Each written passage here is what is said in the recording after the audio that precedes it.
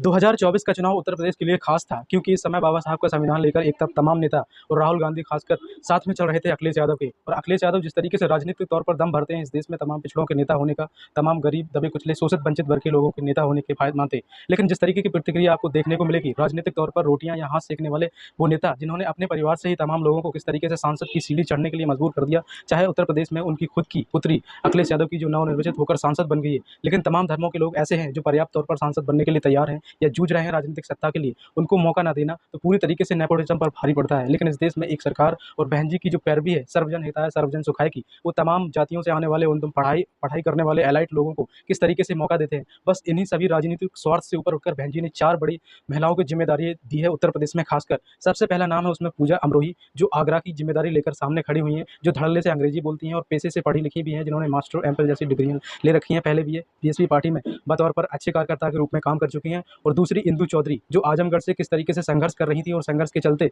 बहन जी की नज़र उन पर पड़ती है और पार्टी में उठाकर उनको खड़ा कर देती है। तो किस तरीके से सर्वजन हिताय सर्वजन सुखाय की सरकार को लेकर सभी जाति सभी धर्मों की चीज़ों को छोड़कर पीछे राजनीतिक सत्ता में किस तरीके से उन दबे कुचले शोषित वंचित वर्ग के लोगों की भागीदारी हो, ये सुनिश्चित करने में बहन जी कतई सावधानी लेकर चलती हैं। और तीसरा सबसे बड़ा नाम है लता वाल्मीकि, जो बीएसपी में पहले पहले महापौर के पद पर रह चुकी हैं। बीएसपी पार्टी में जिस तरीके का उनका कार्य करने का आग्रह और क्रियाशील तरीका था, इन्हीं सभी चीज़ों को देखकर बहन जी ने किस तरीके से लता वाल्मीकि जी को आगरा मंडल का प्रभारी बना दिया। अब इन 4 महिलाओं के हाथों में देश की राजनीति की एक बड़ी बागडोर है, जो एक पहले से एलाइट और अच्छे सुशासन की व्यवस्था के तौर पर जाने जाने वाली बहन कुमारी मायावती जी का शासन पूरे देश के लोगों को किस तरीके से पसंद आया था। अब उन्होंने अपनी टीम में किस तरीके से बदलाव किया है, जिस तरीके से लोकसभा सीटों में उनकी भारी गिरावट देखी गई, वहीं अखिलेश यादव किस तरीके से दलित वोटरों के हमदर्द होने का दम भरते हैं, वहीं बीएसपी एक तरफ अपनी पूरी तरीके से नींव को फिर से रखने में कामयाब हो गई है, चाहे वो आकाश आनंद को अपने पद से रिटायर कर देना और समय से पहले वापस ला देना। ये सारी हलचलें किस तरीके से कड़ी दर कड़ी जुड़ती चली जा रही है कि उत्तर प्रदेश में राजनीतिक हलचल के चलते अखिलेश यादव राहुल गांधी जैसे तमाम